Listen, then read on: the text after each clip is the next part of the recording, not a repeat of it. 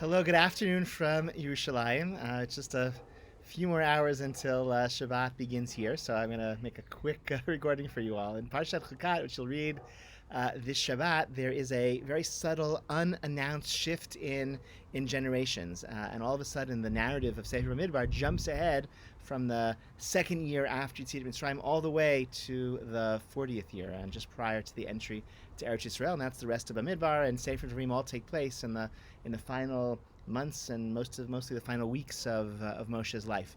And the Torah doesn't announce this shift, but if you pay attention, all of a sudden there we are in the 40th year, we've jumped ahead, and that's sort of that's a dynamic that happens. All of a sudden there are moments in history where the reins are passed from one generation to the other, and we often only in retrospect realize that there's been a transition, that something has shifted in the world, and a different generation is exercising leadership in place of the older generation. You don't always have these neat chapter divides in history as it unfolds.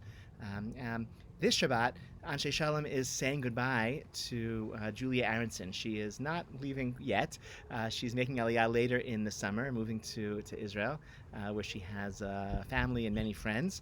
But this is a Shabbat that many of her family are traveling to Lakeview to be with her, and it's a chance for the shul to say goodbye to her, and by extension to thank her and her late husband Donald and their parents and many generations of the Aronson family who over generations, decades, have been involved in leadership at Anshe Shalom. And so it's actually a really special opportunity that we're able to say thank you as a chapter in the history of our congregation comes to an end. So I'm sorry I'm not there in person. I will be able to say goodbye to Julia back in Chicago before she leaves. But for all of you who are watching this and are able to make it to shul tomorrow, I want to encourage you to do so and to say goodbye and to say thank you, really on behalf of everyone who's benefited from our shul for quite a long time.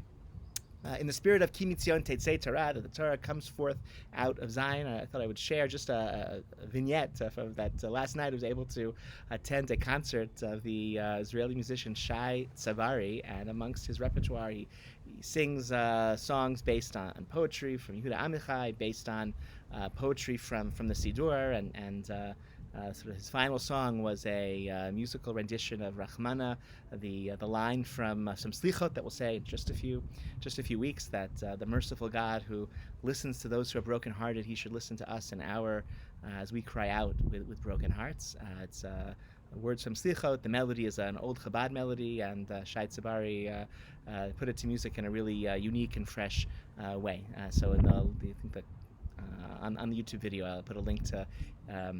You can hear Shai Tsabari singing it. I was really fortunate to be able to hear him live last night, and I'm just enjoying my time here in Israel with my family. So I miss you all, and look forward to seeing you in person in just a few more days. Be well.